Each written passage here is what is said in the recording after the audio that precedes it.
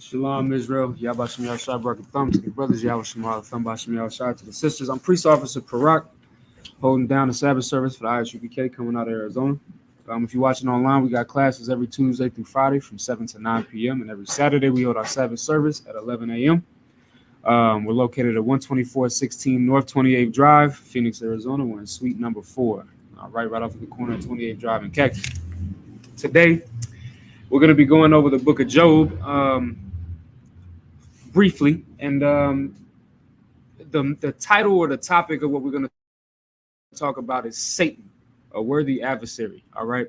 So, of course, we'll be in the book of Job. We'll be all around the Bible, though.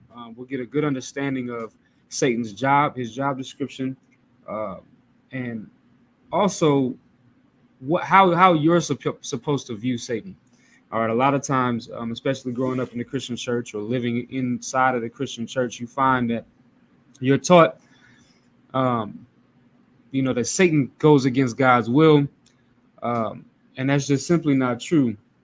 All right. You're going to find today that Satan is a worthy adversary, meaning, yes, you must fight Satan because Satan's job is to test you, but it's a job that was given to him by the Most High. Nobody in the earth, whether it be carnal or spiritual, meaning whether it be humans or whether it be demons and angels or anything that you can think of in between, nothing does anything outside of the occupation that the Most High has given them. All right, a crackhead can only be a crackhead if the Most High allows it. A priest can only be a priest if the Most High allows it. All right, and Satan can only be a deceiver if the Most High allows it. And we find that all throughout the Bible. It's not only Satan that's caused to be a deceiver. All right, we understand that our oppressor, the white man, is a deceiver, and that is something that the Most High has caused him to be. We understand when the lying spirit in that prophet's mouth that came up against Ahab. All right, that was something that was designed by the Lord. And we're going to find all of those things out today. But what I want everybody to understand and to take from this class is two things. One, there is nothing that you can do to go against the will of the Most High, whether it be you or whether it be Satan. And two, when you're tested, you're going to have to understand and learn how to acknowledge and be able to know when you're being tested and how to beat that test. All right. So all of those things we're going to go over today. But before we get into it, this being a Sabbath service and the traditional customs of the Israelite people under the Most High, we're going to start off this Sabbath service with the prayer. So I imagine which means to stand. Panyak was done, which means to turn and face the east. All right, we're going to begin with the Lord's Prayer, beginning with the Hebrew.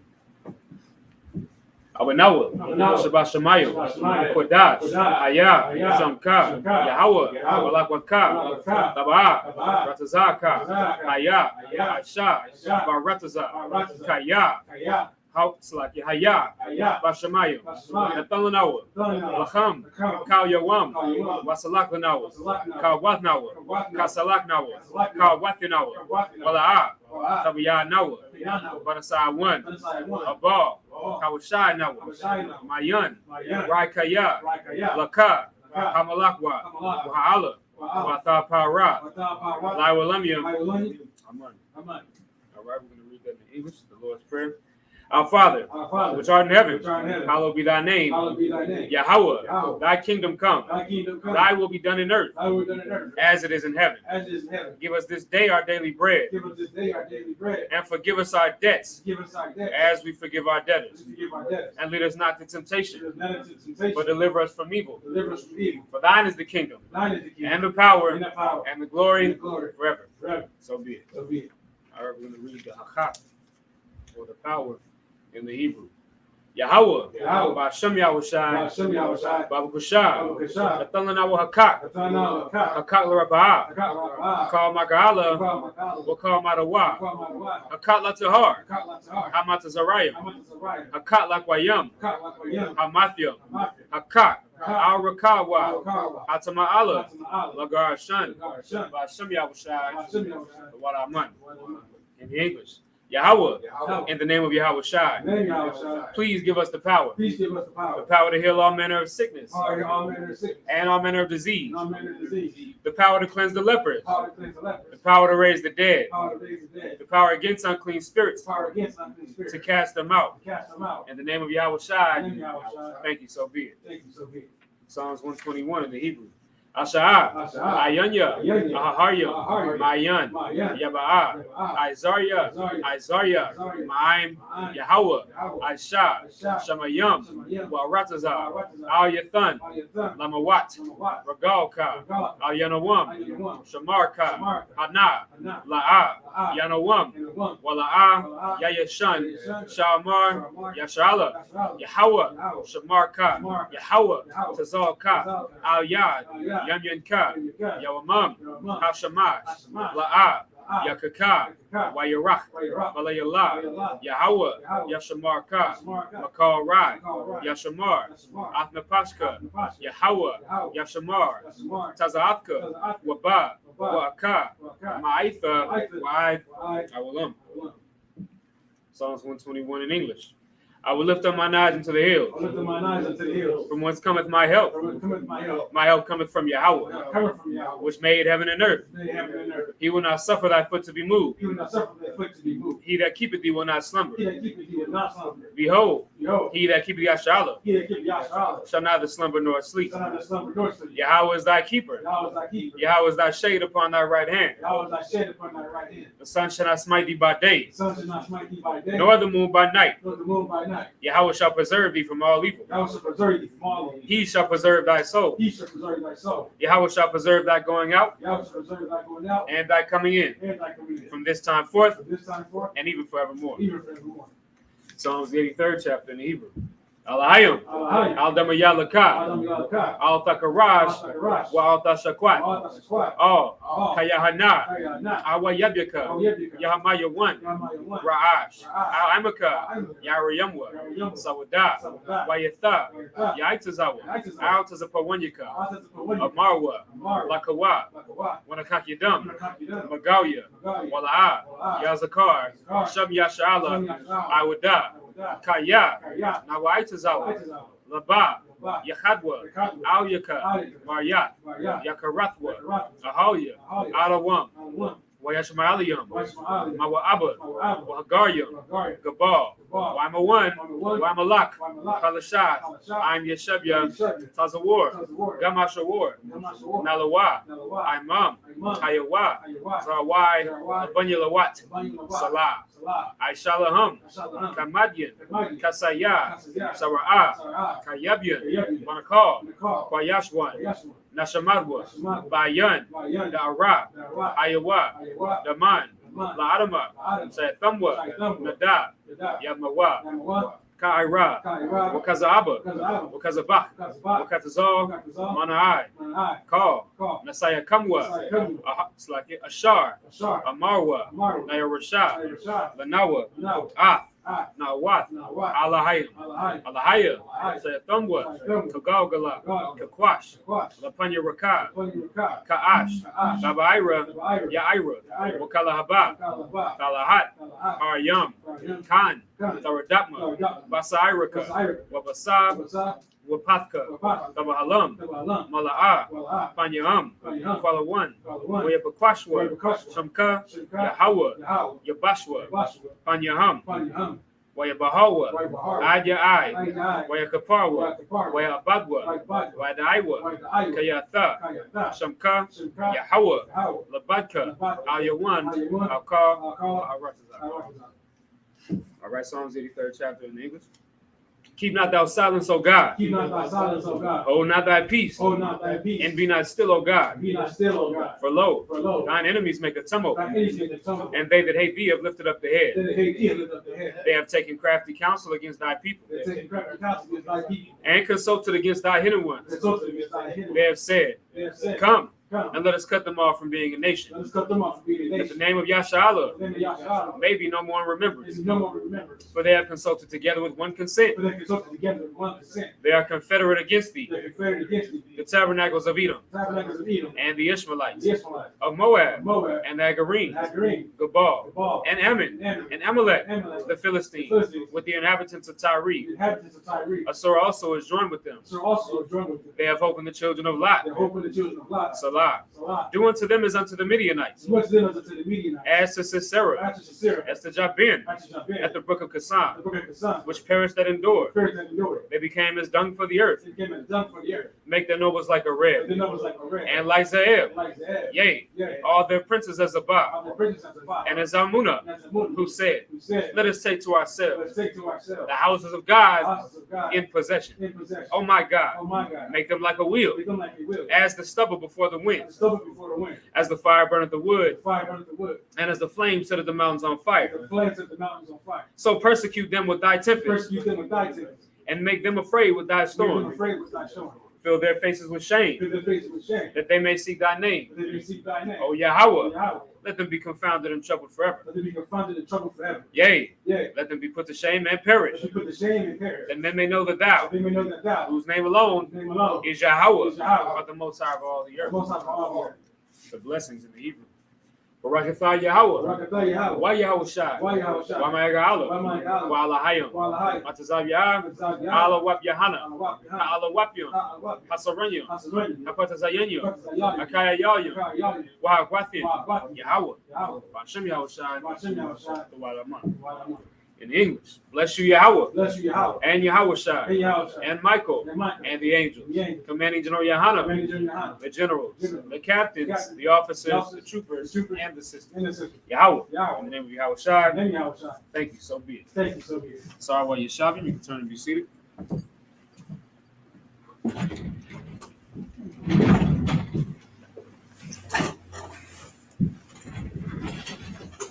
All right. Once again, we're going to begin in the book of Job. All right.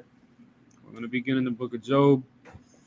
We're going to read 7 verses 6 through 12. We're going to read those in the Hebrew, and then we'll read them in the English. We'll get a good understanding. And once again, like I said at the beginning, we're not going to stay in the book of Job. We're going to get an understanding of Satan all throughout the Bible. All right. We're going to go all throughout the Bible, and we're going to understand how Satan operates and how to go about it. All right. But like I said, we're going to start off in the book of Job, verses 6 through 12, beginning with verse 6. Waya haya hayawab, slaga hayawam, waya ba'wa, banya, alahayim, baha hayatazab, al Yahweh, waya bawa, gum, hashatan, bathwakam, verse 7, waya amar Yahweh al, Hashatan, Mayan, Slaki, Thaba'a, Waya'ain, Hashatan, Ath, Yahweh, Waya Amar, Mawath, Slaki, Mashawat, Ba'arataza, Wama Slaki, Wamahath, Halak, Baha, verse 8, Waya Amar Yahweh al Hashatan, Slakim, Hashamath, Laban, Al, Ibadya, Ayawab, Kaya, Ayan, Kamawa, Ba'arataza, Ayash, Thum, Wayashar, Yara, Alahayim, Wasar, Marai, verse 9, Waya'ain, Hashatan, Ath, Yahweh, Waya Amar, Slaki, Hakanam, Yara, Ayawab, Ayaham, Slaki Alahayim, verse 10, Slaki, Hala, Atha, Shakath, by the Wa, Waba'id, by Yathwa, Waba'id call Ashar Lawa Masabya Ab Masab Yaba Salaki Maisha Yadyawa Barakath Wamakwan Nawa Parataza Ba'arataza, verse 11. Wa'awalam Shalak Na Yadka Wagai Bakal Ashar Lawa Am La'a Ayo Panyaka Salaki Yabaraka. Verse 12. Wayamar Yahweh al Hashatan Hana Kal Ashar Lawa Bayadka Raka Al Yawa Al Hashalak Yadka Wayataza Hashatan Ma'aim Slagin Ma'aim Panya Yahweh. So that was verses 6 through 12 in the Hebrew. We're going to read those same verses in the English. Okay. The book of Job, chapter 1, verse 6 in the English. Verse 6. Now, there was a day when the sons of God came to present themselves before the Lord. All right, so the sons of God, who are the sons of God here? The sons of God are the angels. That's what this is. This is Malachium, all right? Malachium, all right, which is messenger. That's what this word here is, all right? Messenger in the Hebrew. All right. And the messengers of the Most High are the angels. These specific messengers are the angels. You have human messengers, which Ezekiel was called a messenger. All right. That was a man, that was a human being. But then you also have angelic messengers, all right, celestial messengers, which are the angels. You have Gabar Ya'ala, Gabriel, Araya Allah, all right. You have all of Mayaka Allah. You have all of these different angels. And one of the angels we're going to find out that are called the sons of God is Satan. He's an angel of the Most High. Even the Christian church will teach you that. All right. But we're going to find something out about Satan himself. So the sons of God, go ahead. Now there was a day when the sons of God came to present themselves before the Lord.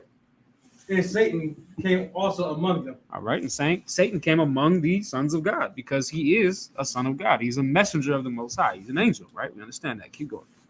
Verse 7. And the Lord said unto Satan, whence comest thou?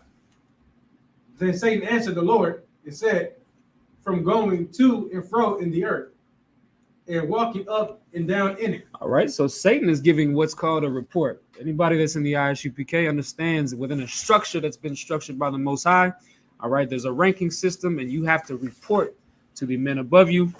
It's the same system that takes place in the heavens with the Most High. The Most High is the commanding general, if you want to call it that, the supreme ruler. All right. He is in 100% control in the heavenly realm. He is the Most High God. There is nobody above him. All right. And there are angels that are directly below him that report to him. All right. And all of the angels had to come to give a report. That's what we're reading here. The sons of God came to present themselves before the Most High. All right. We understand that. Well, Satan came and he was the first up. The Most High called Satan. He said, where have you been? Give me your report. That's what he told him. And Satan said, read what Satan said again. The Lord said, Satan, whence comest thou? Then Satan answered the Lord and said, from going to and fro in the earth, and from walking up and down in it. And that's what Satan's job is. When you read the book of 1 Peter, you'll find out that Satan is your adversary, walking to and fro in the earth like a lion, seeking whom he may devour. That's his job. His job is to get you off your square. We're not even there yet. I'm jumping the game. I'm jumping ahead. All right. Right. But that's what Satan's job is. He's been going to and fro in the earth just like he was commanded by the Most High to do. So he's giving his report. I've done exactly what you said, Lord. Keep going. Go ahead. You had something?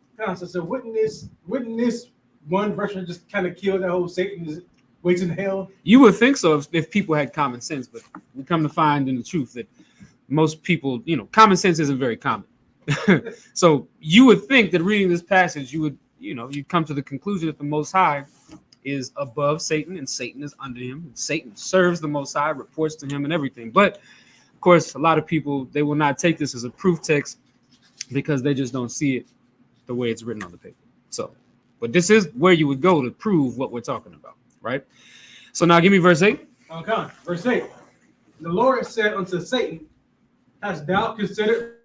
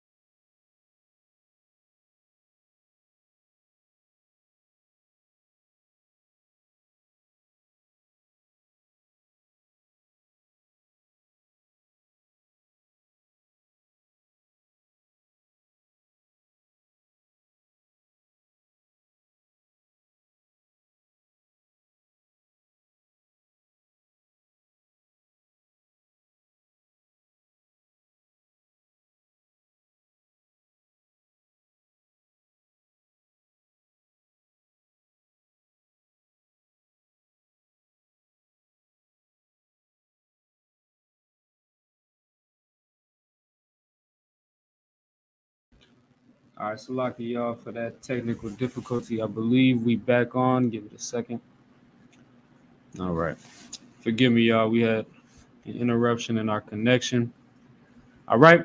Right back to it. Read that again. So once again, we're in the book of Job, chapter 1, verse read verse 8.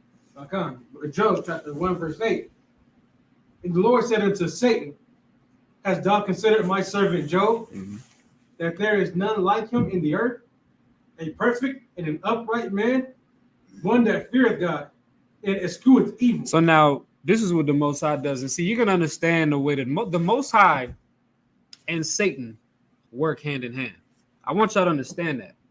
Like Satan is the perfect servant unto the Most High. And the Most High is telling Satan here to consider Job. Because Satan's job is to go to and fro on the earth to seek whom he may devour, to see who he can catch slipping. All right. Well, it's easy to catch, somebody who's weak, somebody who doesn't serve the Most High. It's easy to get him slipping. You put a crack rock in front of him, you put some weed in front of him, you put a whore in front of him, he's gonna fall weak on his knees and he's going to succumb to that evil. It's just gonna happen. But now the Most High is giving Satan a much harder job because he's asking him to consider Job, somebody who flees from evil, somebody who abstains from evil, somebody who would never sin against the Most High, who follows the Most High's commands. He's perfect and upright. The Most High has given Satan a tough and difficult job. Let's hear Satan's response. Okay, verse 9. Then Satan answered the Lord and said, doth Job feareth God for naught? Right, doth Job fear God for naught? Meaning, isn't there a reason why he serves you so well? Isn't there a reason why he fears you? Keep going. We're going to find out. Okay, verse 10. Have not thou made an hedge about him? Haven't you made a hedge about him? You're protecting him. Of course he's going to love you and fear you. You've made his life pleasant and beautiful. He's lived deliciously. He has all of the money. His wife loves him. His kids love him. He's got everything that he could ever ask for. He ain't got no reason to hate you. He ain't got no reason to sin. Of course he's going to fear you. You've made a hedge about him. Keep going. Okay, and about his house, and about all that he had on every side. Thou hast blessed the work of his hands, and his substance is increased in the land. So he's saying, look, I understand that Job is absolutely perfect and upright, but he ain't never went through nothing tough. He's never gone through the fire. He's never been put to the test. So he ain't got no reason to discredit you. He's going to say, just like anybody who's, all of these Christians who just, praise the Lord, They love the Most High when times is good for them. But guess what happens as soon as something goes wrong? Why me, Lord? Like they're the most perfect person in the world. Why me? Why did you have to do this to me? You know what? I'm just gonna go back to selling dope. I'm gonna go back to, oh man, I'm late on my bill. I got fired from my job. God must not be with me no more. I'm gonna go back to selling dope so I can pay this bill. I'm not gonna pray to the Lord. That's what Satan is saying. If you take all of that away from him, he's gonna do that. If you take all of the heads and the protection and the money and the love that you've given him, you take all of that away from him, he gonna curse you just like everybody else do, because he ain't never been tested. Keep going. Okay. Verse 11. Put forth thine hand now and touch all that he hath, and he will curse thee to thy face. And he said, you take all of that away from him, I guarantee you, he gonna curse you to his face. I take this test, look, because Satan ain't got no power. I want y'all to understand that. That's why Satan is requesting, he's pleading with the Most High. Look, if you want me to test this brother, I can't just put a blunt in front of his face. I just can't put a prostitute in front of his face. Because he gonna think, if I do that, the Lord gonna take my family from me. He gonna take my money. He gonna take all of my blessings from me. But if he ain't got no blessings, if he ain't got his family, if he ain't got no money, he ain't got nothing to lose. He gonna have sex with that prostitute. He gonna light that blunt up. He gonna sell that dope. He gonna do everything that he knows is against the Most High, because the Lord ain't with me anyway. And that's what Satan is trying to. He's pleading with the Most High. Look, I ain't gonna get this cat unless you allow me to take all that he has from him, and then he gonna curse you to your face. Keep going. God. Verse 12. And the Lord said unto Satan, behold, all that he hath is in thy power. Only upon himself put not forth thine hand. Right. So now he's telling that, and once again, this goes to show. Matter of fact, just keep going. Finish that off. So Satan went forth from the presence of the Lord. Right. So Satan went to go do his job. I want y'all to understand something just based off of this verse and this passage alone. And it's a lot more that we're going to read, but I want y'all to understand Satan didn't question the Most High. He didn't fight the Most High. He didn't do any of that. It says Satan went forth from the presence of the Lord, because the Most High said, look, all that he has is in your power. You could touch his family. You could touch his blessings, his money. You could touch any of that. But you can't put your hand on him. Don't kill him. Don't hurt him physically, right? Just take everything around him, but don't touch him. And Satan, we'll find out, goes to follow through with that order. He carried out that order. He didn't touch Job, period, because he is a servant of Satan, is a servant of the Most High. And the sooner that you find that out and you realize what type of worthy adversary Satan is, then you'll learn how to fight. And then you'll be able to identify when Satan is really testing you. Y'all got to understand that. You have to be able to identify when Satan is testing you, because if you don't, you will fail that test, and you'll succumb to whatever he wants you to succumb to. His job is to get you out this truth. His job is to make you leave this truth. His job is to make you go back into the world, smoke weed, get high, sell drugs, be a whoremonger. His job is to make you that. Why? I want y'all to just, before we continue in this class, I want y'all to understand why. Why would the Most High send Satan out to do that type of job? Well, I'll explain why. Because the Most High only wants people that are tried in that fire. He only wants people that are going to serve him through thick and thin. You're going to have to take the good with the bad. You can't just have that, like what we're going to find out with Job. Job says this, one of the most iconic phrases in the Bible. Shall we receive good at the Most High's hand and not evil also? You're going to have to take the good with the bad. And the Most High needs to see you do that. Because once again, that's what Satan had to. He had to come to the Most High and say, look, if all he ever receives is good, he ain't never going to do bad. He ain't never going to curse you. Give him a little bit of bad. I bet you he's going to curse you. And that's what most people go through. Most people, when they get a little bit of bad, they curse the Most High. But the Most High is putting you through that test through Satan to find out whether or not you really cut from that cloth. To find out whether or not you're going to stand with the Most High, even when you feel like the world is against you. Even when you feel like all odds are against you. Go ahead, Art. You have something? So I was going to say, just based off everything we just read, right, which is why Christianity in and of itself is confusing. Which is why it confused me when I was young and coming up. When I was in the Christian church, when I was younger. And I remember when I first read Job, right? I didn't even make past the first, the first chapter, but I going to the youth pastor I was under at the time, and which was a white man.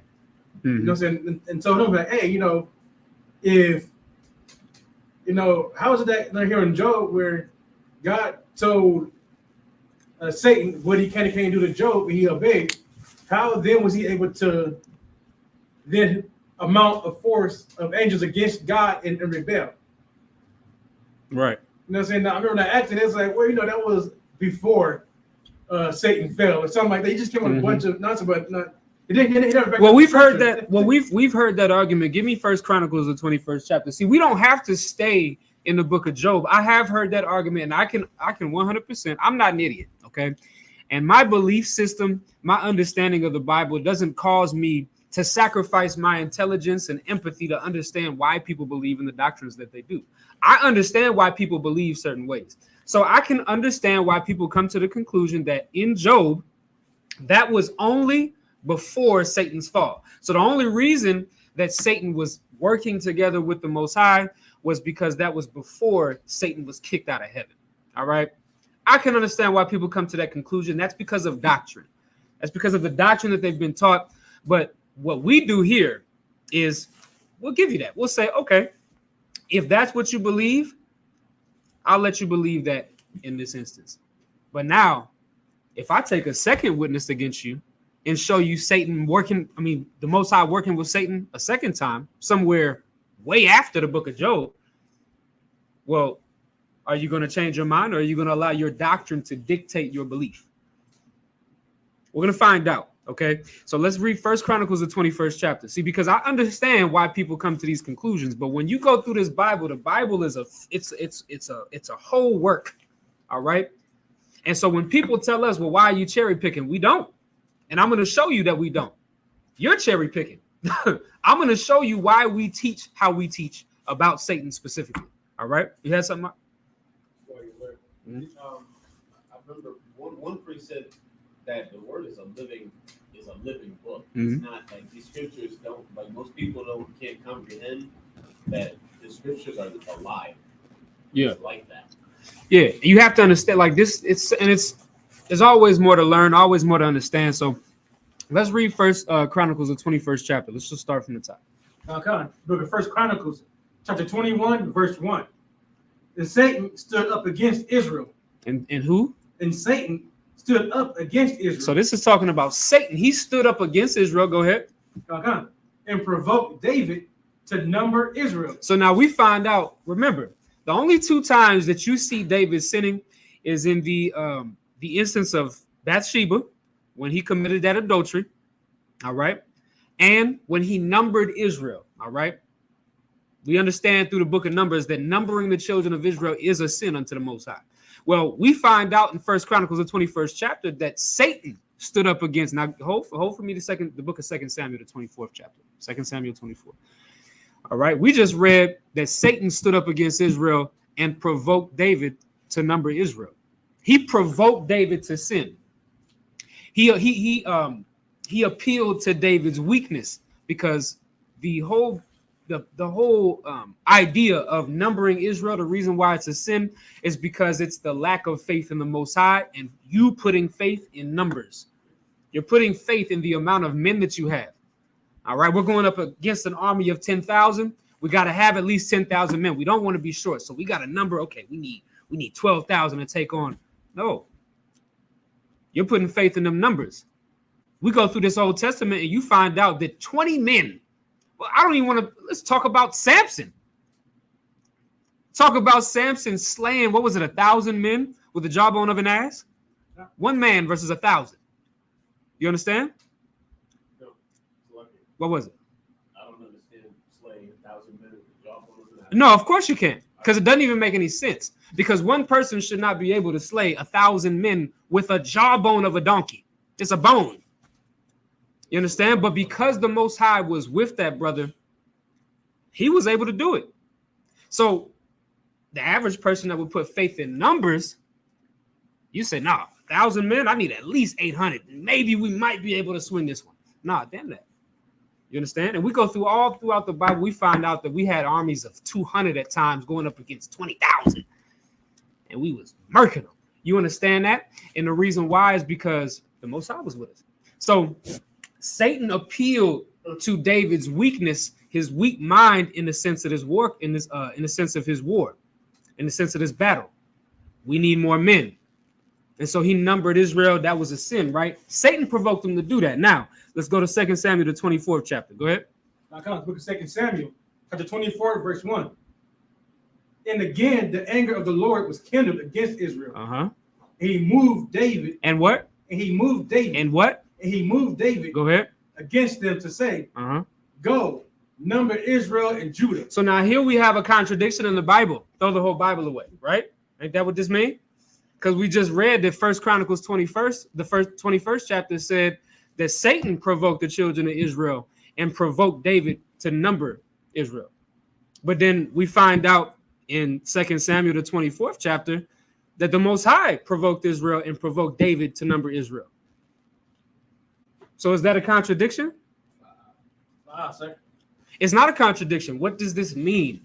This only further solidifies our point that Satan is an arm or a hand of the Most High.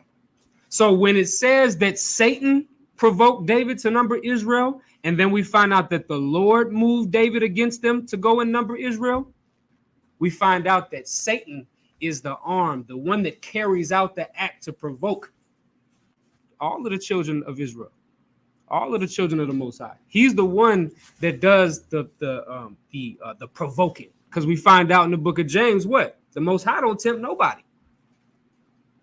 We find that. But guess who can tempt? You, yourself, and Satan, demons. You understand? Okay. So Satan is a tool of the Most High to provoke you to sin and show and exploit your weakness, which is exactly what happened with David. You don't think Bathsheba taking that shower out in the open and him catching it out the side of his eye and looking at her? You don't think that was Satan tempting him? Satan allowed them curtains to be wide open, and and he catching a whole eye full, and his mind, his lust in his brain is like, I gotta keep looking. And then on top of that, he like, I can't even look no more. I gotta get a taste of that. That man was tempted by Satan, and so Satan appeals to your weakness, lust, in that sense. In the sense of lusting after somebody else's stuff, covetousness, that is a weakness. And Satan will appeal to that. And if you're afraid, if you're going to war against thousands of people and it's only hundreds of y'all or tens of y'all, Satan might appeal to your weakness and say, we got to go number and get more men. Satan will appeal to your weakness, and that's what you have to recognize. You got to recognize that, because I want y'all to understand, David didn't recognize it here. And we're going to find out that thousands of Israelites got killed because of David. David didn't recognize Satan was tempting him when he went and slept with Bathsheba and committed adultery. He didn't recognize it until his son had to die, until his wives was taken from him. Then he recognized his mistake. And see, that's what always happens. Satan is going to get you out of your element, get you to succumb to your weakness. And then after you've committed the act that goes against the Most High, you're going to snap out of it. That's what that is, man. And you have to be. So what this class is designed to do is to get you to identify that before it happens. You got to be able to identify if it's this broad you know is married and she taking a shower and she ain't covering her ass. She ain't got no curtains up. She just out in the open taking a shower. She ain't close. And then in today's time, it's like a woman, she taking a shower and she got a window open and she looking at you, like you see in the movies, right? You look the hell away. You understand? Oh man, I need it. Because that's your lust, that's your covetousness, that's you succumbing to your weakness. That's why Christ said what he had to say about adultery. You know, Christ, this Matthew the 5th chapter, right? Christ said it himself. He said, look, you've heard in times past that thou shalt not commit adultery. If you do commit adultery, you'll die the death. You can put the death for that, right? But he said, I say unto you, if you even so much as look at a married woman with lustful intent, you've already committed adultery in your heart. Now, does that mean that you have literally committed the act of adultery and you can be put to death because of your thoughts? Absolutely not. But what Christ is trying to get you to understand is the spirit behind that law and how to avoid succumbing to your temptation. Don't even look at a married woman, because you know it always starts with a look. It always starts with seeing her and desiring her. And seeing and desiring ends up turning into mild conversation. And then it turns into more explicit hits. And then eventually that woman is in your bed or you're in her bed. That's what Christ meant by that. And that's what keeps you. If you can understand that, that's what's going to keep you out of a whole lot of trouble, because Satan's going to tempt you. But if you can identify that in the first place, you ain't never going to deal with it. If David would have looked the other way, instead of staring at that woman and desiring her, his son would have been alive. His wives wouldn't have been taken from him. You understand? So we have to understand that. So point being, the Most High is going to test your weakness through Satan's hand. He's going to make those things happen. You're going to lose your job. You're going to lose your wife. You're going to lose your family. You're going to lose money. You're going to be put in situations where it makes you feel like it'd be better for me to drown myself in this bottle of alcohol, to smoke a blunt. It'd be better if I went numb. It'd be better if I just spazzed out and just went back to being an evil, wicked bastard. Because why? What's the point anymore? That's what Satan's job is for you. That's what Satan is trying to do to Job. He's trying to make Job be like, what's the point, man? What's the point anymore? What is the point? I spent all my life serving the Most High just for what? For all of my riches to be taken from me, my family to be taken from me. Everything that I own is gone. We've come to find out when Satan couldn't get him the first time, he went back to inquire to the Lord, and the Lord allowed him to put boils all over his body. And even then, you know what he did? Job went and got him a little pot's herd, started scraping the boils off. Damn, man, this sucks. But I ain't never going to sin with my lips against the Most High. I'm going to keep my integrity. That's what he said. And then when I don't want to say it like that, but when his wife said, what are you still doing? Do you still keep your integrity after all of this? Man, curse God and die. And you know what he said? You stupid bitch. You sound like a stupid bitch. In layman's terms. What he said is you speak as one of the foolish women, but in today's terms, we call her a stupid bitch. Excuse my language. I apologize. But I want y'all to understand. He wasn't going for that. Satan even turned that man's wife against him, which Satan will use your wife against you. Please believe it. He will use your wife against you to try to get you to commit a sin. You know, when you read the book of 1 Ezra, all right, you find out that what was said is that if it wasn't for the truth of the Most High, that women would be the strongest force in the entire earth. All right? Why? Because men go break their back every day, work day and night, and bring all of their money home to their women. They leave their father and money. They leave their father and their mother, right? To go and live and be with a woman. Men conquer countries and create and start dynasties because of women. A king will sacrifice his own integrity and his own image just for a woman. Women are the strongest thing. So what I mean by that is this. Satan will use women against you. Men love sex. Just like women do too. Right? And Satan will use your lust against you. You bring it right back to David. If he didn't want that sex so much with that married woman, he would have never committed that adultery. You understand? Y'all so scared of y'all woman putting you in a doghouse. You'll do whatever she tell you. You'll take her to Red Lobster for dinner. As long as you get some of that box. Huh? That's what y'all want. Y'all will sacrifice your integrity for a woman.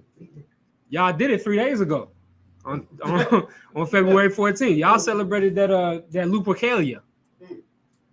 Y'all celebrated that for a woman. You simped over a woman so goddamn hard, and you sinned against the Most High. You committed the sin of idolatry for women. But guess what? Satan will use that against you. She'll make your woman say, "Oh, if you don't get me no flowers, the next nigga will."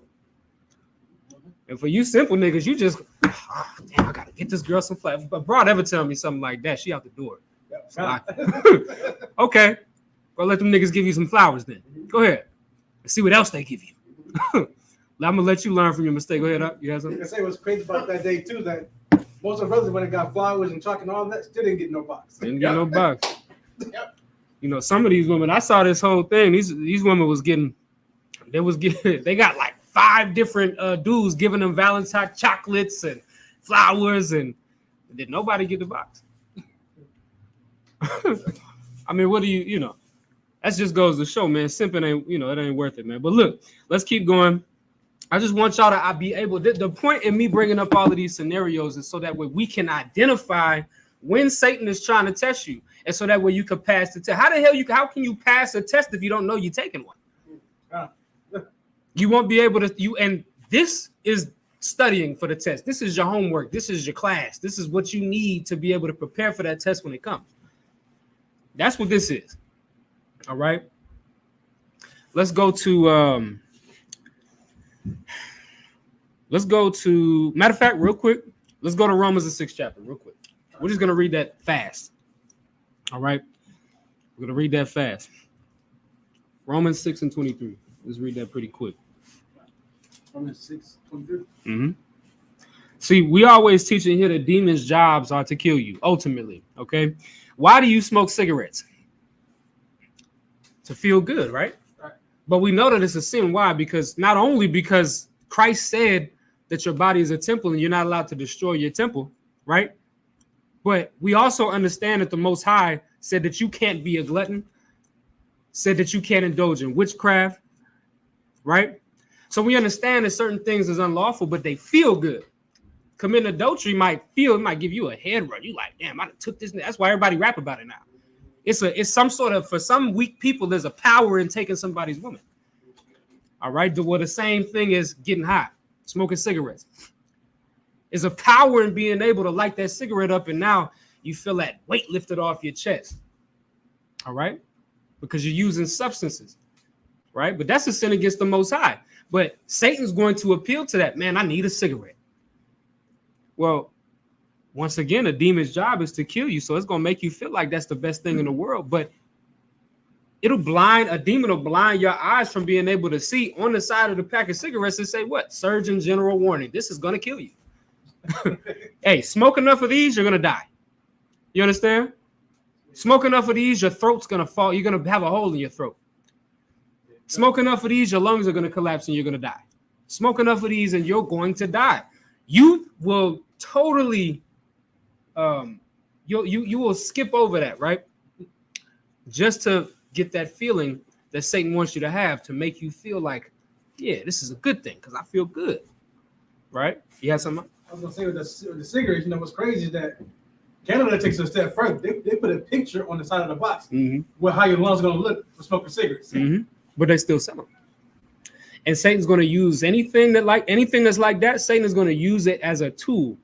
Because if you were using your brain, you will realize that this is something that's bad. If you go back to the adultery. If you were using your brain, you will realize, damn, the Bible say I can't commit adultery. That's if you're using your brain. But what your body is telling you is, my rod is hard from looking at this woman. I know she's married, but I need to do something about this thing.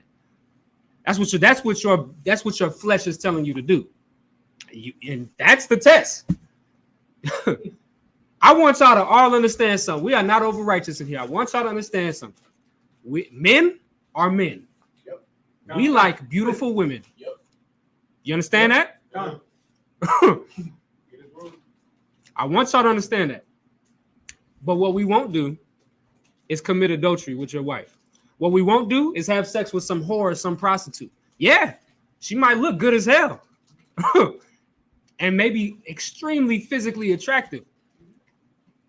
So we're not going to be over righteous in here and say, oh man, you shouldn't even like how she looked. No, I mean, she's got a body on her. She look good, but she's a slut. And I will not lose my integrity to deal with that woman. I will not sin against the Most High by having sex with that man's wife. I will look the other way. I will train my brain to believe and think and see that every married woman is ugly. I will train my brain to be like that. That's what you got to do.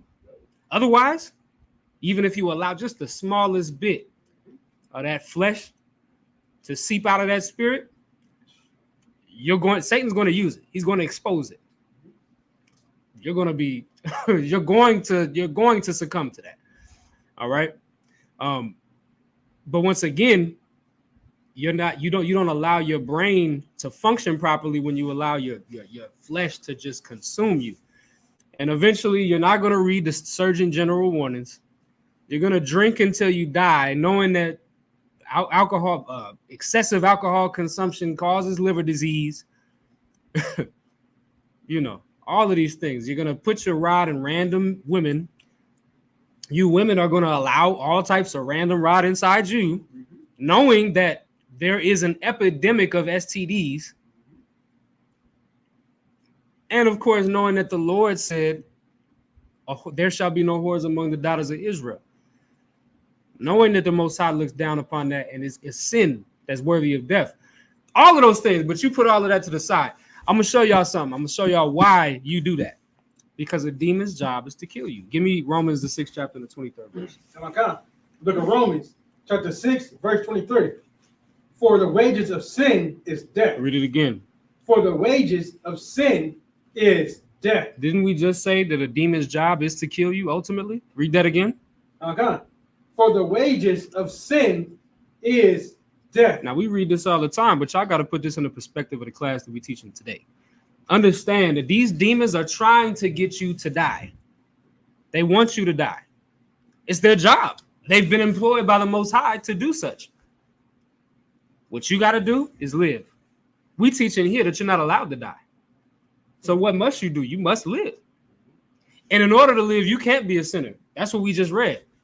See, when David numbered the children of Israel, that was a sin against the Most High. The wages of sin is death. Thousands of Israelites died because of that. Thousands. Because of sin. His child died because of sin. When the Most High gave the order when we went into Jericho, not to touch anything at all, none of the possessions, nothing, not to keep none of it for ourselves.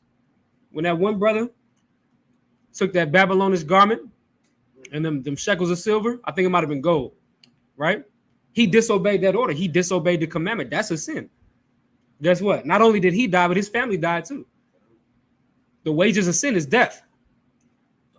And how did and his animals die? Well, guess what? What was the inception of that sin? The covetousness. He wanted it. He wanted it. So guess what Satan did? Satan saw that. Right? Satan saw that. Yeah, I know that the Lord told us not to. Nobody gonna find out if I just. That's Satan talking. That ain't you. Satan is talking to you. Ain't nobody gonna find out if you just bury it under your tent. Who gonna look under your tent? Didn't nobody find it? Damn. That's how deep it is. Satan was right. Wasn't nobody gonna find that Babylonish garment and that gold or that silver buried underneath his tent. But we went over this, I think 2 weeks ago in class. There's nothing hidden that won't be revealed. They didn't have to go digging and find that thing. When Joshua took the men of Israel out to war, they died. I mean, by the hundreds, just falling. And up until that point, the Lord had been with them. So they like, nah, the Lord, something's wrong. The Lord is not with us right now. We losing this battle. We'd have made it all the way to Jericho. We losing this battle so bad. No. Something's wrong here. The Lord is not with us right now. And that's when he gathered all of the men of Israel up and found out. And he snitched on himself. He said, yeah, I saw it and I just took it, Well, he committed a sin. Sin is transgression of the law or transgression of a command. The Most High gave him a command not to do that. He did it anyway, so he died. And not only did he die, but his family died. Like you said, his what do he have? Sheep, his animals, whatever animals he had, everybody died. because of his sin. Why? Because of the wages of sin is death. Well, guess what? Satan, job well done.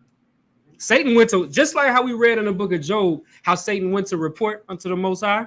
Well, this report was good. He went to the Most High and said, yeah, I got one of them cats out there, one of them cowards in that camp down there. He didn't want to listen to you. So I told him, hey, man, just hide that thing under your tent. Nobody will find out. Of course, you know how this goes. We found out. So I got rid of him for you, Lord. Job well done, Shaitan. That's it. Because Satan is a worthy adversary. And see, what you got to do is you got to fight. That voice that comes into your head that tells you to disobey orders, that's Satan. That ain't you. You're not using a rational brain. That's Satan creeping into your mind. And he's the one telling you to disobey those orders. And ultimately, that's going to get you killed. You understand? We didn't have bras leave their husband in here disobeying the oath that they made to the Most High and to their husband. Leave her husband. Bitch dead 2 days later. Yep. Heart attack. Yep. Overdose. Yep. Happens all the time. Yep. You know why? This Bible that we're reading is not a fake. This is not nothing that we didn't make this up. We're not reading a storybook here. These accounts that we're talking about, these are real things. This ain't no joke. So when you see people dying because of disobedience, we take that serious. So that's why you have to take this thing serious, because otherwise you'll die because of the disobedience. We've seen it happen time and time again, and it's going to continue happening. See, because we saw it in the Bible to continue to happen. It always happens. It's been happening. You think we haven't had these records? You think Peter didn't see these records? He denied Christ 3 times. You think Judas didn't have these records? Judas was a disciple of Christ. He still forsook Christ. You think he didn't see people disobeying direct orders in the Bible, and he still decided that he was going to disobey direct orders and deny the Messiah? Satan can jump on anybody. Anybody. And the better that you understand that, that you'll be that much more prepared to fight him, because he is a worthy adversary. This ain't somebody you get in the boxing ring. He's not going down in the first round. Y'all going the whole 12. It's going to come to decision. Y'all going the whole 12, sweating, tired, eyes busted. Satan is a worthy adversary. You better fight. Otherwise, you the one going to be going down in the first round. You understand? We got to make sure that we understand these things. Give me Ecclesiasticus in the Apocrypha. All right, Ecclesiasticus, the 33rd chapter. Slug. I want y'all to understand that this is not something that you can play with, especially the understanding of these things. It's a lot deeper than what you see on the surface, right?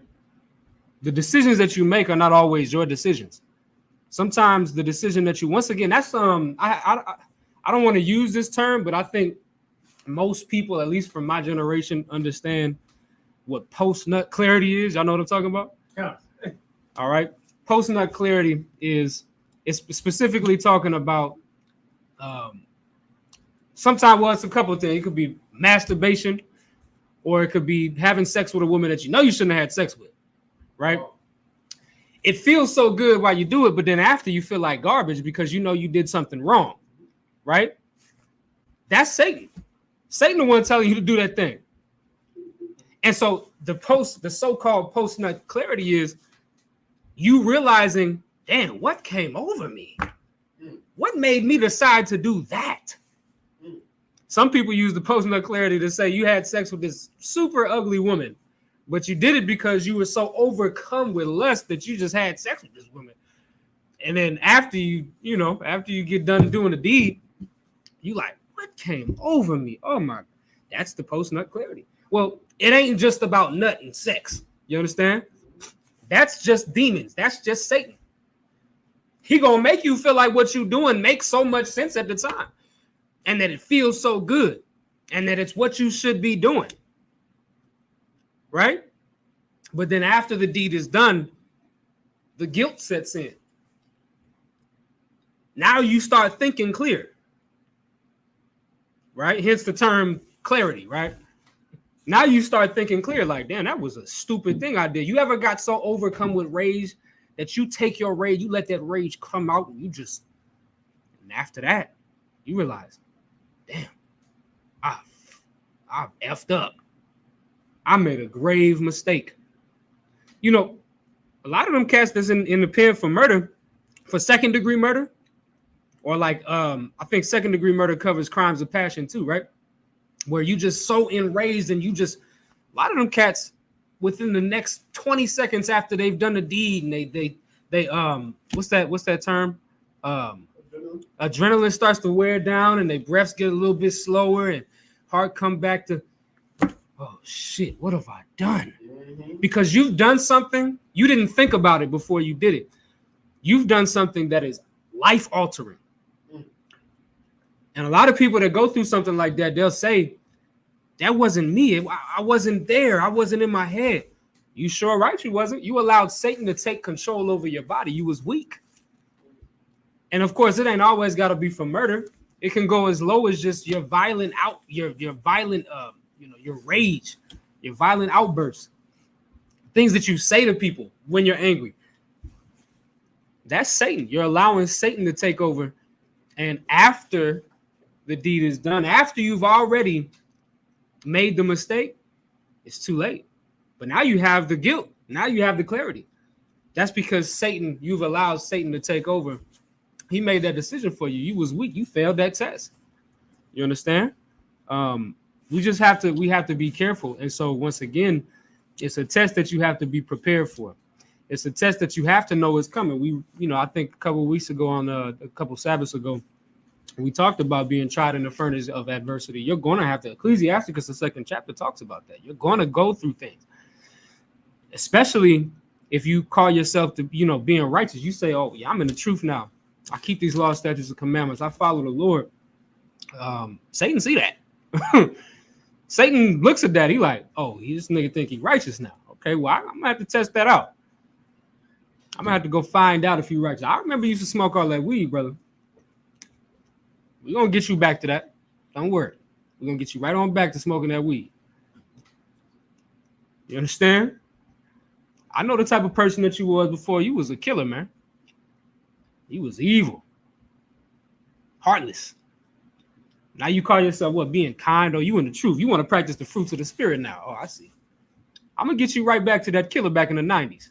That same nigga that you used to be. I'm going to get you right back to that. I'm gonna make these people piss you off so bad. You're gonna have one of them episodes again. I'm gonna send you back to prison. That's what Satan's gonna do. Why? Because you calling yourself to be righteous. Now Satan is because you have become a worthy adversary for Satan, and vice versa. It's easy to, once again, like I said earlier, it's easy to get somebody that is a crackhead to smoke crack. It's easy to somebody that is a dope dealer to sell dope. It's easy to get them to do that. But when you call yourself to be righteous and serve the Most High, that's what you say you are. You're a servant of God. Well, Satan see that. He's going to test it. He's going to find out. You understand? I just wanted to make that clear. I hope everybody understands that. I pray. Give me Ecclesiasticus, the 39th chapter. So, I think I told you 33, but let me get 39. 39? Yeah. Start from top. Give me verse 28. We'll go to Ecclesiasticus in the Apocrypha. Chapter 39, verse 28. There be spirits that are created for vengeance, which in their fury lay on sore strokes. Now y'all got to understand that this is who's creating these spirits. We all understand that it's a rhetorical question. We understand that the Most High creates all things, and He creates spirits, right? Well, we find that there are spirits that are created for vengeance. We know that in the book of Isaiah, I believe it's Isaiah 45:7, that says that I, the Lord, create good and I create evil. I, the Lord, do all these things. The Lord creates evil, and He creates those evil spirits. And this is spirits that are created for vengeance. But let's keep reading. God. In the time of destruction, they pour out their force and appease the wrath of Him that made them. So there are spirits that were created to appease the wrath of the Lord. The Most High has created spirits to fulfill the wrath of the Most High. All right, give me verse 29. Verse 29. Fire and hail, and famine, and death. All these were created for vengeance. Verse 30.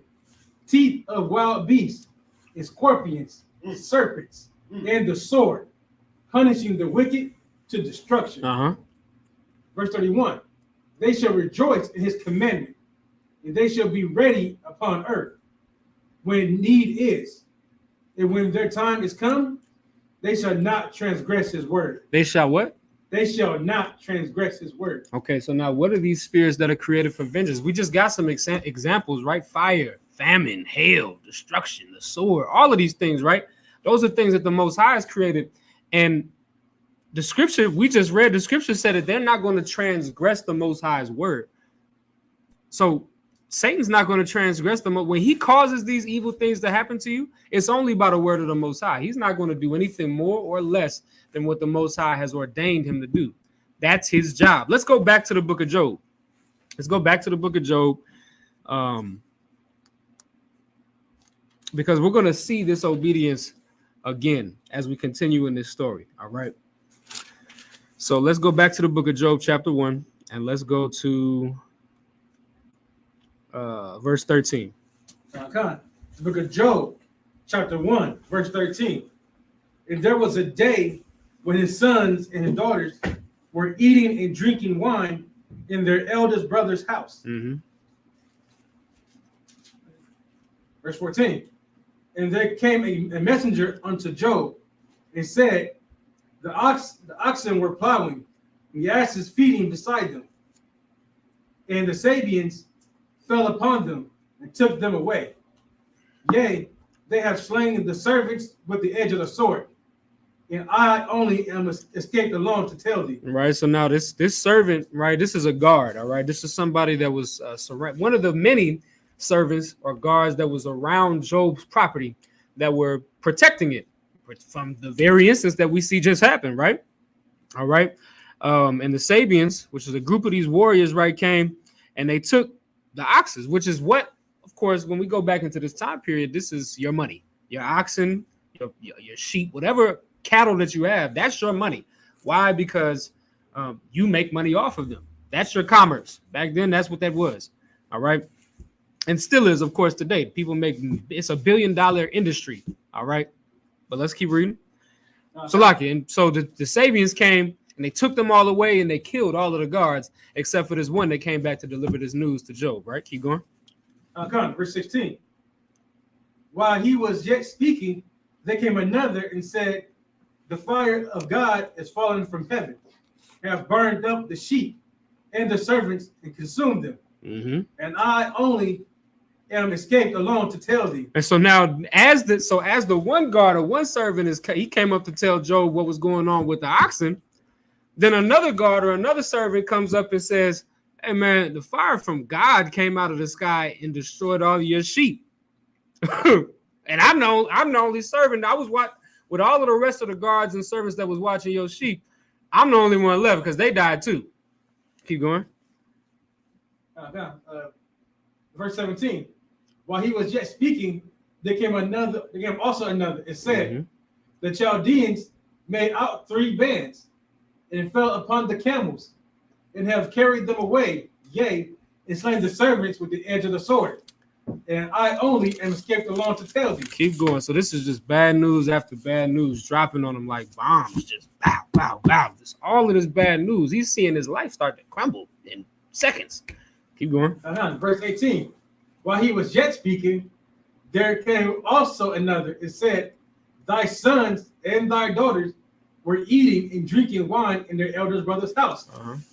And behold, there came a great wind from the wilderness.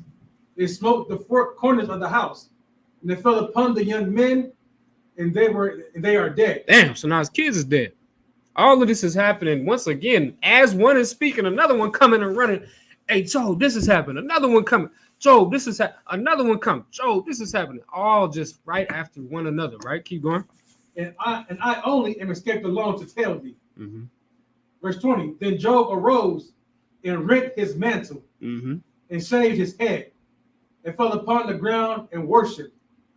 And he did what? And fell upon the ground and did what? And worshiped. And he worshipped the Most High. I didn't see no complaint. That was the first thought that came to his head is to worship the Most High, right? Keep going. First thought if all of that happened to you like the way it just happened, you'd be like, what the hell is going on? Lord, what are you doing? You'd be questioning the Most High left and right, but Job was like, all right, got down and he worshiped the Most High. Keep going. Verse 21. And said, naked came I out of my mother's womb, and naked shall I return thither. He said he came out of his mother's womb. He came into this world with nothing. He didn't have them sheep, them oxen. He didn't have them kids. He didn't have none of that when he came out. So he said, I'm gonna return back. When I leave this place, I'll return the same way. None of this means nothing to me. Keep going. Okay. The Lord gave, the Lord hath taken away. He said, the Lord gave me all of these things. I didn't get any of these things on my own volition. None of this was my doing. Sure, I made the kids, but I could have been infertile. My rib could have been infertile. The Lord didn't have to give me these kids. He gave them to me. The Lord didn't have to give me these riches. He gave it to me. So he said the Lord gave these things to me, and he took them away. He took them back. Keep going. Okay, verse 22. In all this Job sinned not, nor charged God foolishly. Mm-hmm. That's how he did. You know why? Give me Isaiah 45 and 7. Give me Isaiah 45 and 5, actually. And we'll hold Job.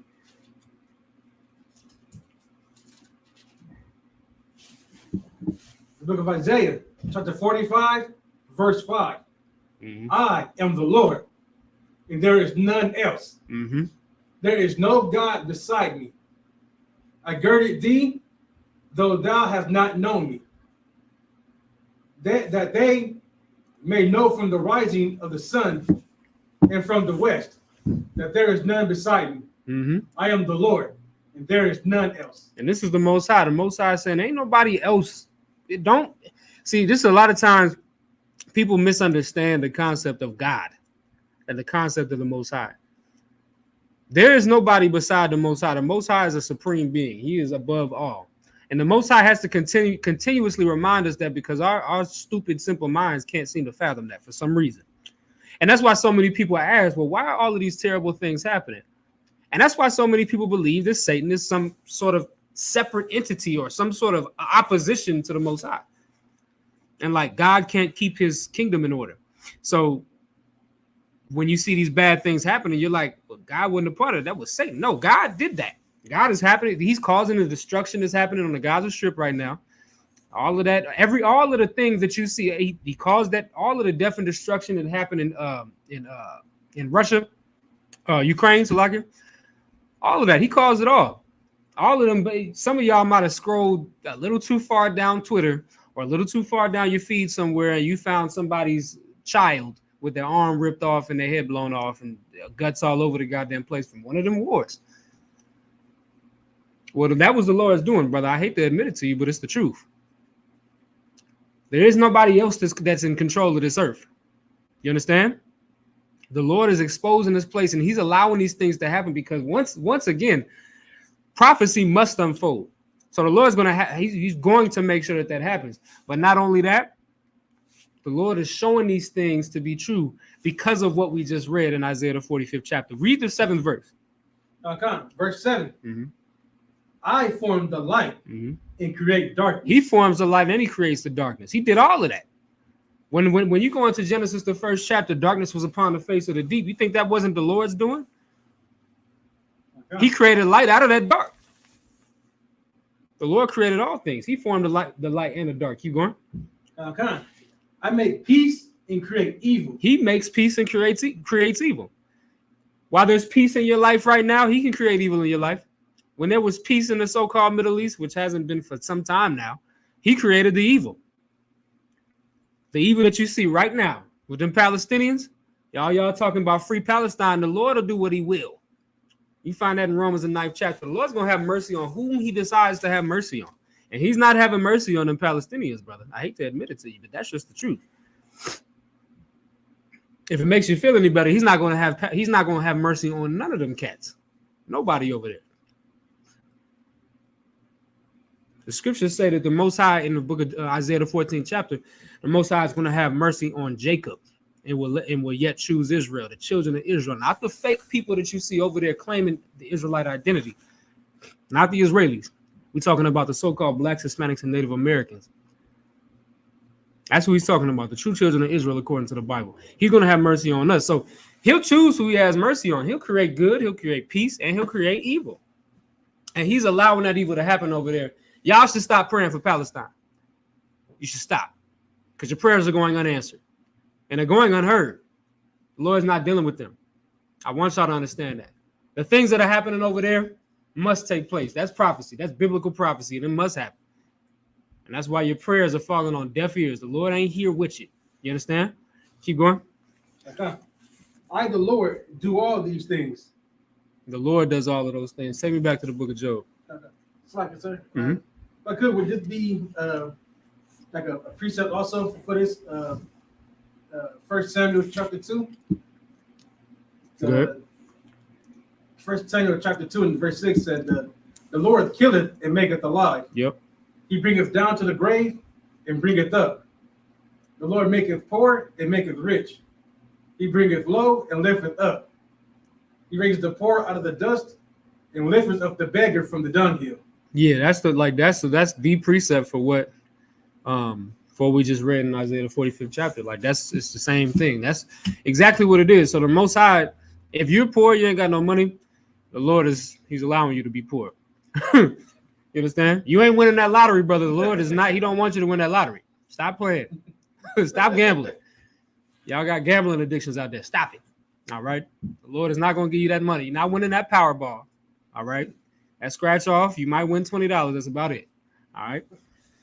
I'm just joking around with y'all. But I want y'all to understand that the Lord creates evil. He creates peace. He will do what he will. But y'all have to understand that it is through the hand of Satan that he creates evil. It is through the hand of these demonic forces. Demonic forces are not allowed to operate outside of the will of the Most High. No force is allowed to operate outside of the will of the Most High. Y'all just, the scriptures call the Most High a great and terrible God. So, yeah, bad things happen. At the Most High, he allows it. I mean, ain't nothing I could tell you. Well, and that's just the way it is. Now, you may not like it. That's fine. But you're going to have to get in line. You better get on his good side so that way the terrible thing don't happen to you. You ain't got to like that the Most High creates evil. You can call the Most High whatever you want, but you better respect him. Better fear him. You got to. You ain't got no choice. Matter of fact, I think we good on Job. Let me see if I had something else I wanted to bring in here. Let me see. Because we kind of exhausted the book of Job. Okay, so what we read in Job just kind of I wanted to make that the focal point so we can understand the way that Satan operates. We saw Satan getting the permission and the order from the Most High to test Job, right? And we saw how he did it. One thing after the other, just terrible thing after terrible thing. The way that you should respond to those types of things is the way that Job did. Like he rationalized it. He was like, "Hey, I came into this earth with nothing. The Lord is the one that gave me the increase. He gave me those oxen. He gave me those sheep. He gave me them children. The Lord said he wanted them back.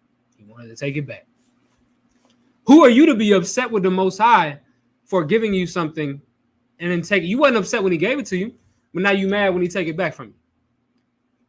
You can't be. It's okay to mourn. The scriptures tell you that you can mourn for a time period when you lose a family member, when you lose things. There's nothing wrong with that. Being sad is one thing, but blaming the Most High for your misfortune, blaming him, that's not the way to go about it. See, because what you start to do is you start to charge the Most High foolishly. And that's what Job didn't do. Job didn't charge the Most High with anything. He said, the Lord gave me this thing. It was his right to take it back. The only reason that you're alive anyway is because of the Most High's will. If the Most High didn't want you to exist. Now, I hate to go into the science and things like that. A lot of it is BS. But even if you just say that you believe in science, all right, let's just say that you do. They say, what do they say? It's like a 0.000. I think it's like to the 10th power, some ridiculously small percentage of a chance that you would even be born. Like the Most High, the only reason that you exist today is because the Most High saw fit for your spirit to become incarnate. Otherwise, you wouldn't even be here.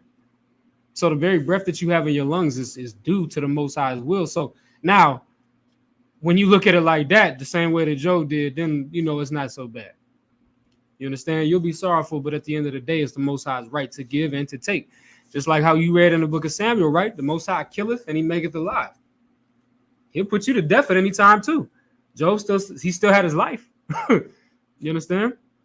So what the point is, I want everybody, I think we're going to close it out with that. Go ahead. If I could, sir, I'm kind of putting like modern terms, right? We're using like of course, most times as our father, so kind of going with the father analogy with the son, right? You kind of be like, nowadays, like your son messes up, so you take away his PlayStation. Mm-hmm. Yeah. You know what I'm saying? A good son be like, of course, my dad gave it to you, take it back whenever. Yeah. But a son that's kind of foolish and thought, be like, why my dad take away my PlayStation? Like, what? I ain't do nothing wrong. Even though he clearly did something wrong to get the PlayStation taken away. Right. Or could have, of course, been tested, but he, like, let's kind of go with, like, he messed up. So PlayStation was taken away because I bought the PlayStation for you. Yeah, that's true. That's true in most cases, but even in Job's case, that's not true. Like, because Job didn't do nothing wrong. Remember, his so-called friends, they were charging him with some sort of sin, basically saying that they believed that he must have done something wrong. So if you put that situation on Job, it's like, your daddy took that PlayStation away. You must have did something wrong. But in all actuality, your daddy just wanted to see what you would do if you took the PlayStation away. You get what I'm saying? Yeah. Like, so in the sense that you're saying, I understand it because the Most High or your father did buy, your father bought you that PlayStation 4, 5, whatever. He bought that for you. It's his right to take it back whenever he so pleases because he gave it to you. You wouldn't have it if it wasn't for him. But in Job's situation, he didn't even have to do nothing wrong. Right? Yeah. So that's like your father just coming in your room. You've been doing good. You get straight A's. I mean, you do everything right. You get straight A's. You don't get into no trouble in school. You listen. You say, yes, ma'am. Yes, sir. All of that. And then your father just come into the room. Hey, what's up, son? Grab that PS5. And you can't even, what pops? Yeah. You just gone with it. That's what the Most High did. But in the Most High's mind or in your father's mind, he like, I want to see what he'll do. He's a good child. But I give him a lot of stuff. I gave him that PS5. I gave him a nice headset with the nice remote controller.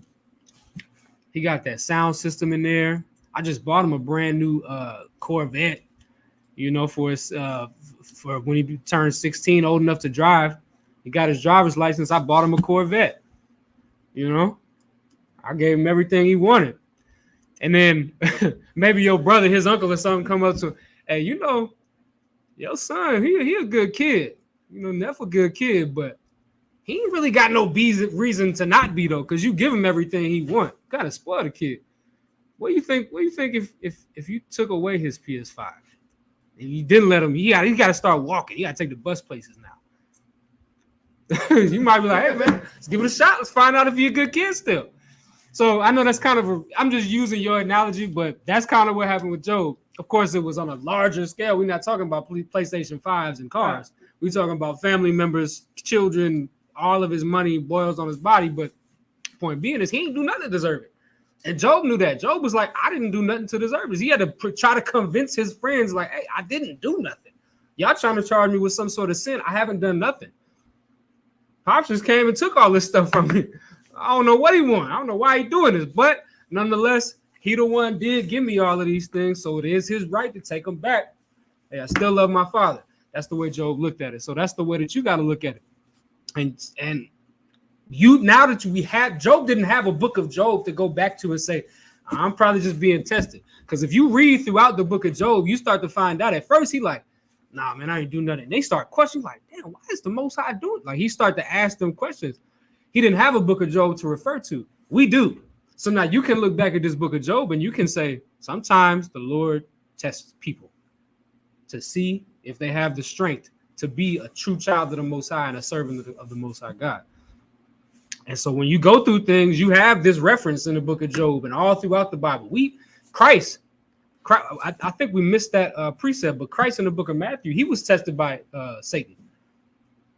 You think that was not of the Most High's doing? You know, Yeah. Christ and his other carnations, I mean, we could talk about it, you know. Christ failed in his other carnations. Christ was Adam. Adam failed. Christ was Isaac. Isaac failed. Christ was Solomon. Solomon failed. Right? That's a whole class in and of itself, talking about the carnations of Christ. But understand, the Most High allowed Satan to tempt Christ while he was fasting for those 40 days and 40 nights. And what did Satan do? He played on his weakness. He thought Christ was going to be weak to food. Why? Because he was fasting. So he said, turn this stone into bread. Break that fast. And he couldn't, he wouldn't do it.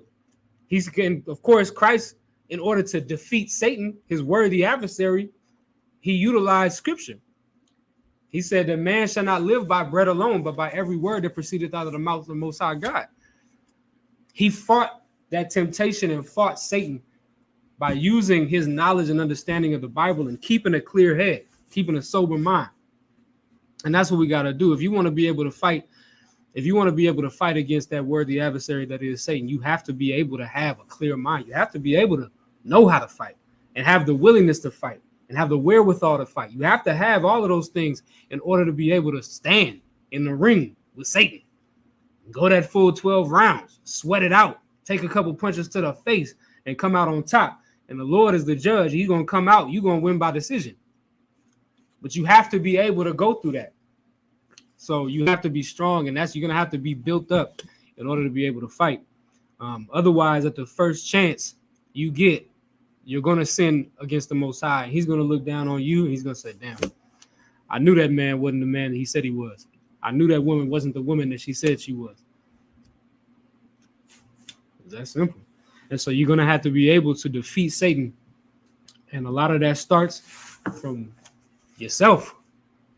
You're going to have to be able to tame your lust. You're going to have to be able to, and a lot of times it's not easy. I say 99% of the time it's not easy. Some people are stronger than the others. Some people are stronger than others spiritually and emotionally, right? But some people are not. Some people need a lot of work. And a lot of times you can't hold yourself accountable. You just can't. You should be able to, but you just can't. So sometimes you need other people. That's why this structure that we have here is perfect. Because if you're not going to hold yourself accountable, somebody else is going to hold you accountable. And that's the whole point of this thing. That's the whole point of the way that the structure is set up. We're going to fight Satan together. And that's the way that you defeat Satan. All right. But once again, first you got to be able to identify Satan and identify those demons. Otherwise, you can't pass the test if you don't know you taking one. So with that being said, I'm gonna go ahead and close out.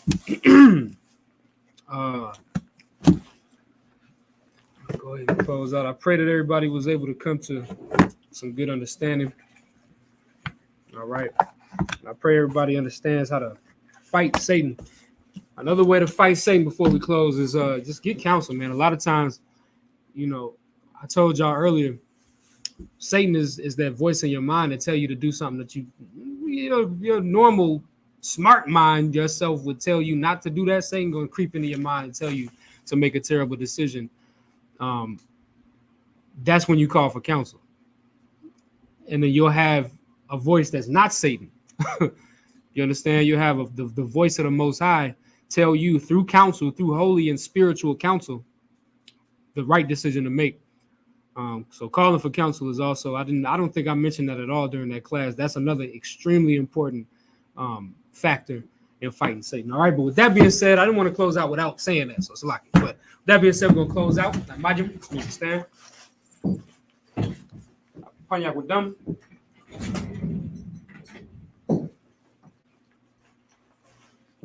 We're going to close out with the prayers, beginning with the Lord's Prayer in the Hebrew.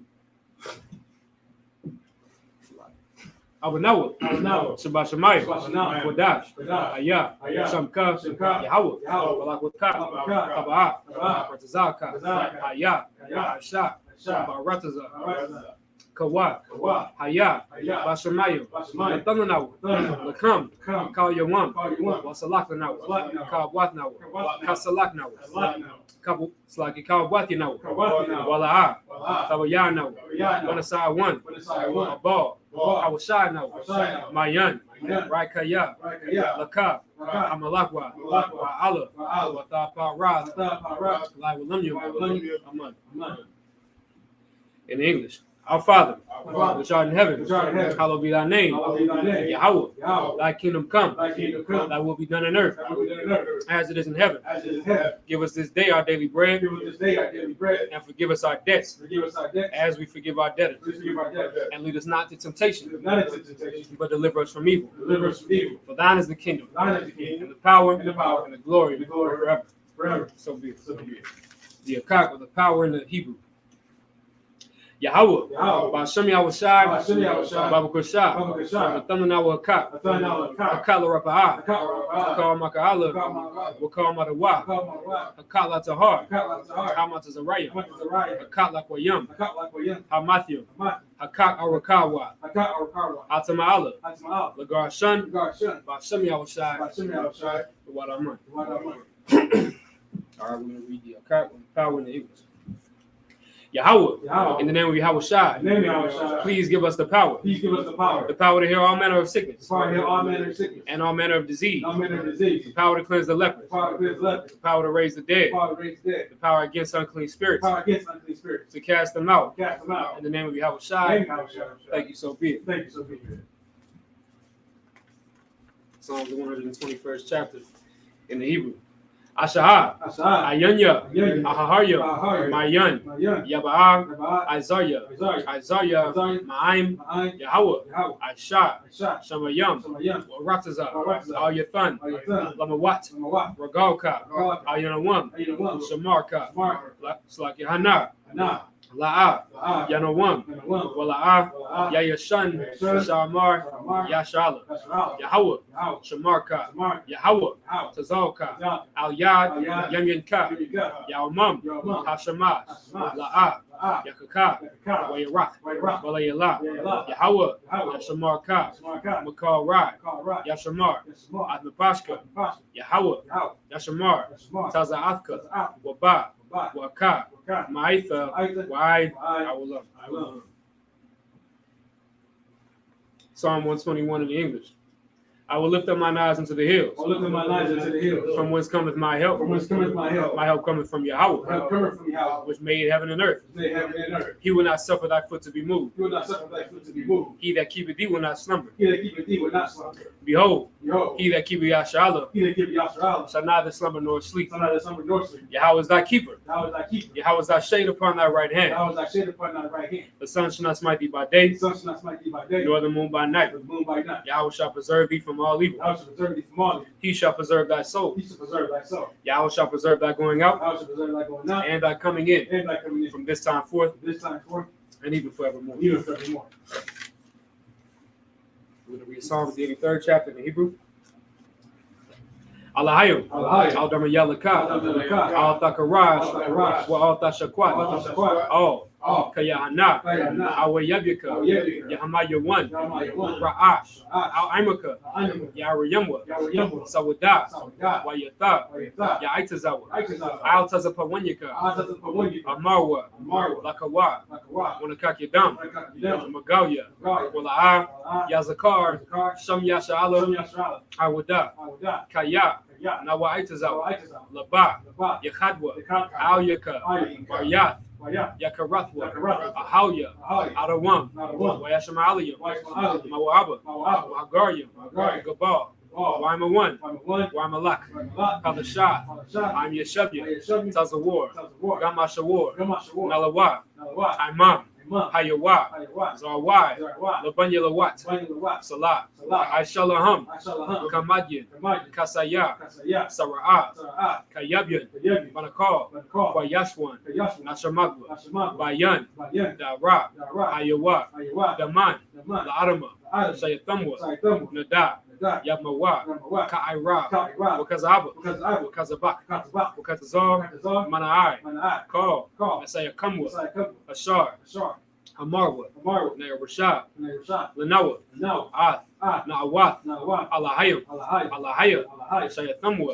Kagogala, Kakwash, Lapanya Rakah, Salakim, Ka'ash, Tabaira, Yaira, Wakalahaba, Talahat, Haryam, Khan, Tharadapma, Basairika, Wabasa, Wapathka, Tabalam, Mala'ab, Banyaham, Kwalawan, Webakwashwa, Shamka, Yahawa, Yabashwa, Webahawa, Ayai, Wakaparwa, Webadwa, Wadaiwa, Kayatha, Shamka, Yahawa, Labadka, Ayawan, Alkar, We're going to read Psalms 83rd chapter in English. Keep not thou silence, O God. Keep not thy silence, O God. Hold not thy peace. Hold not thy peace. And be not still, O God. Be not still, O God. For lo, thine enemies make a tumult. Thine enemies make a tumult. And they that hate thee have lifted up the head. They that hate thee lift up the head. They have taken crafty counsel against thy people. They take crafty counsel against thy people. And consulted against thy hidden ones. Consulted against thy hidden. They have said, Come, and let us cut them off from being a nation. Let's cut them off from being a nation. That the name of Yasha'Allah may be no more remembered. For they have consulted together with one consent. They are confederate against thee. The tabernacles of Edom, and the Ishmaelites, of Moab, and the Hagarine, Gabal, and Ammon, and Amalek, the Philistines, with the inhabitants of Tyre. A sword also is drawn with them. They have hope in the children of Lot. Salah. Do unto them as unto the Midianites. As to Sisera, as to Jabin, at the brook of Kasan, which perished that endured. They became as dung for the earth. Make their nobles like a red, and like Zael. Yea, all their princes as Abab, and as Amuna, who said, let us take to ourselves the houses of God in possession. Oh my God, make them like a wheel, as the stubble before the wind, as the fire burneth the wood, and as the flames set the mountains on fire. So persecute them with thy tempest, and make them afraid with thy storm. Fill their faces with shame, that they may seek thy name. O Yahweh, let them be confounded in trouble forever. Yea, let them be put to shame and perish. That men may know that thou, whose name alone is Yahweh, art the most high over all the earth. We're going to read the blessings in the Hebrew. Barakatah Yahweh, Wa Yahweh Shai, Wa Ma'aka'Allah, Wa Alahayim, Matazab Yah, Alawab Yahana, Alawapyam, Hasaranya, Akwatazayanya, Akayaya, Wa Agwathian, Yahweh, Wa Shem Yahweh Shai, Wa Rahman. In the English. Bless you, Yahweh, and Yahweh Shai, and Michael, and the angels, Commanding General Yahana, the generals, the captains, the officers, the troopers, and the sisters. Yahweh. In the name of Yahweh Shai. Thank you, so be it. All right, Sar. I'm going to salute out the Sabbath service. Israel Majim Shabbat. Amajim, Barak, Yahweh Shai, Barakatam. Yadi Matah. Dismissed.